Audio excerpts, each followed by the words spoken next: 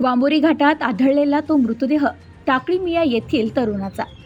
खुनाचा संशय, पोलिसांकडे महत्त्वाचे धागेदोरे.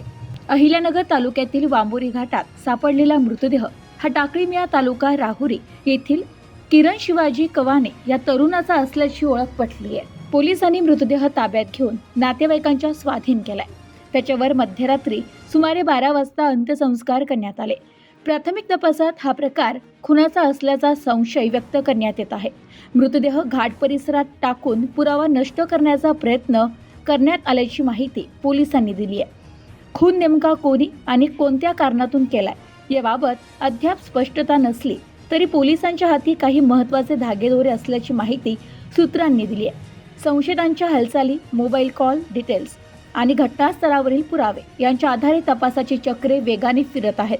दरम्यान या घटनेमुळे टाकळी मिया परिसरात हळहळ व्यक्त होत असून नागरिकांमध्ये भीतीचे वातावरण निर्माण झाले. पोलिसांनी लवकरच गुन्ह्याचा छडा लावण्याचा विश्वास व्यक्त केलाय.